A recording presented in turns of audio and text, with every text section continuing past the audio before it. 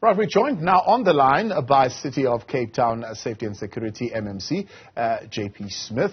MMC, good to have you, and thank you very much for your time. Is this a law just for the taxi industry? I know you're saying you're not even applying city bylaws here. This is national law, but they are contending that not even a single car has been impounded, or a bus or a truck, just taxis. Well, let's get the facts straight in order to be able to have a meaningful conversation about this. The law being used is the National Land Transportation Act. So it's national legislation, and it pertains only to public transport vehicles. So the national government has made a separate piece of legislation that deals with public transport. There's a National Road Traffic Act, and then for public transport operators, there's the NLTA. And within the provisions of the NLTA, there are provisions for the impoundment of vehicles. So we're not using any city bylaws. What, in fact, the city bylaw has now done is to expand the impoundment provisions also for private vehicles. So as of last week, we've started to impound private vehicles as well for reckless and negligent and drunk driving offences and offences relating to removing number plates from vehicles.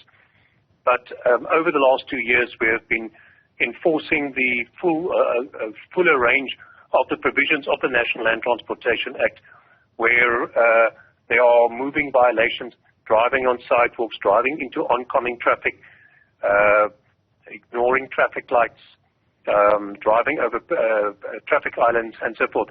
So moving violations that constitute a danger to the commuters in those vehicles and to other road users.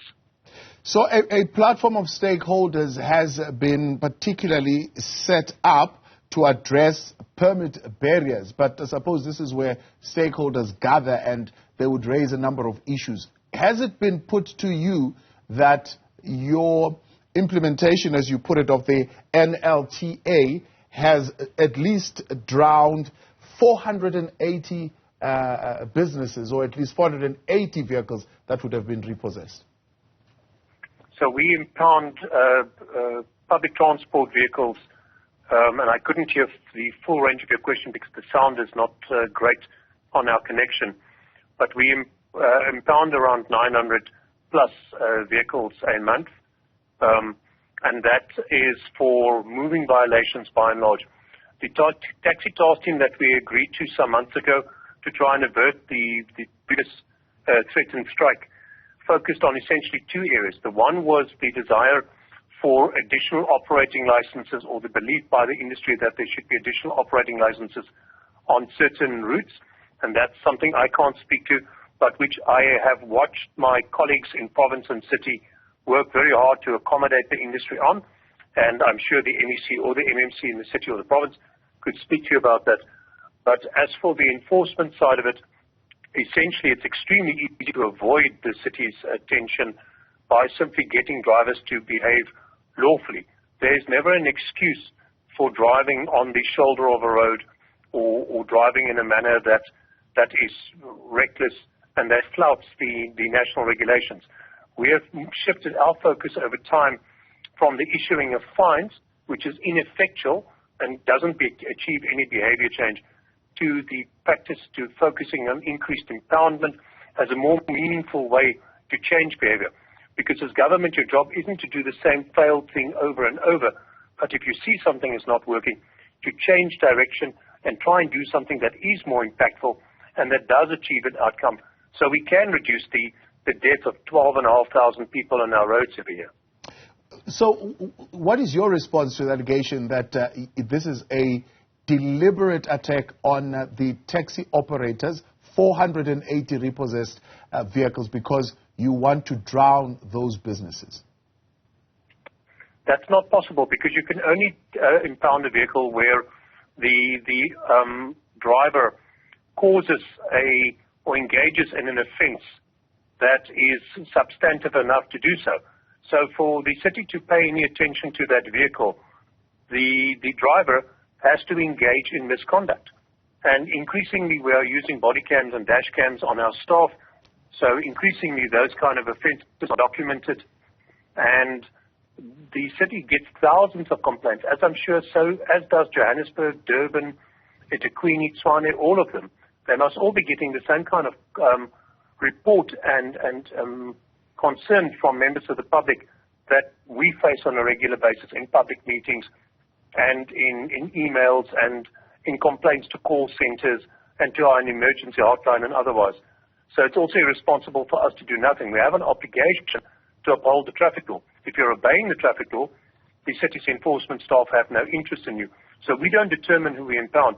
The conduct of the driver determines who is impounded.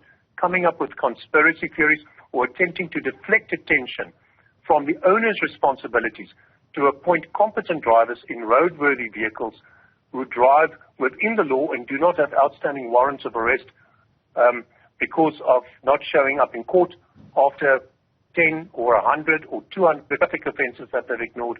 That is the obligation of the industry to professionalize itself in proper, respectful response to the lives that they hold responsibility for of those commuters. Failing to do so doesn't help to shift the blame to the city for us doing our job diligently in terms of road traffic enforcement. Maybe the failure in South Africa is the lack of effective road traffic enforcement across the country. The allegation is that they are being impounded for everything and anything. So what is the range of offences that you're saying those 1,000 that are being pounded monthly would have committed? Those will be moving violations. So it would involve things like turning the oncoming traffic lane into another lane of traffic, literally driving on the shoulder of a road, in other words, on the sidewalk. As residents in Wetton and Lansdowne send me pictures daily of minibus taxis, Avanzas, other vehicles driving on the sidewalk, across the sidewalk, parallel to the traffic, skipping through stop streets, driving into the oncoming lane, and then swerving through an intersection to move around vehicles that are stationary at a traffic light waiting for the light to change. These kind of reckless endangerment behavior that sees the kind of horror accident in Mitchell's Plain. And everybody in Mitchell's Plain, when that accident happened, had the equal shock and horror that was appropriate for that occasion. But you can't have that kind of horror response to that accident and not see the relationship between what is happening daily on our roads and see that we could have avoided such incidents, and we will save many more lives by the consistent and methodical application of the law rather than constantly making concessionary moves towards an industry that does need to professionalize itself. Yeah, and you're saying the National Land Transport Act empowers you to impound those vehicles because of those particular offences? The Act provides for the impoundment of a vehicle when the vehicle is operated without an operating license, which is not where our key focus is, or contrary to the conditions of the operating license. And one of the conditions is the compliance with all other road traffic provisions in the NRTA, which is also national legislation. So failing to comply with the National Road Traffic Act, the laws you and I are also required to obey when we're driving on the road, is grounds in the case of a public transport vehicle for impoundment. It may be that not all municipalities have started to make effective use of those provisions, but surely all municipalities are faced with the same challenges of trying to get improved compliance with road safety with public transport operators, and is something that I'm confident that in due course other municipalities will also explore. So, is that the only recommended action? Are there other remedies? I'm asking this because it would seem this would create these tensions that would go on, and in a sense between the My City bus operators and taxi operators, we'll end up seeing a whole lot of tension there. Well, we do impound private vehicles as well. We have now, over the last couple of weeks, that the bylaw has been effective, which extends that impoundment practices to private vehicles who drive recklessly or drive under the influence of alcohol.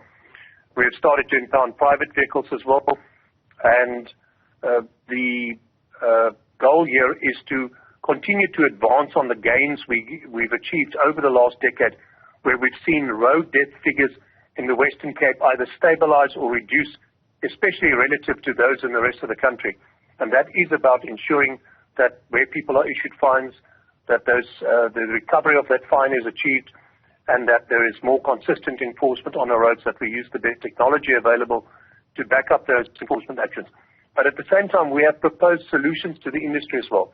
I've sat in at least 3 meetings with the taxi industry in the last 6 months. I think there were 4 meetings. I missed one. But we had a taxi task team. I sat in at least 3 of those meetings, and we proposed various solutions. One of my solutions is that the public driving permit that is currently a formality be expanded to be something more substantive and involves some more substantive training for the drivers of those vehicles to allow them to professionalize themselves, to allow them to be more aware of the road regulations, and to allow them to have additional skills such as basic life support and other things in case something happens in their vehicles, so that they render a more full range of services to their commuters.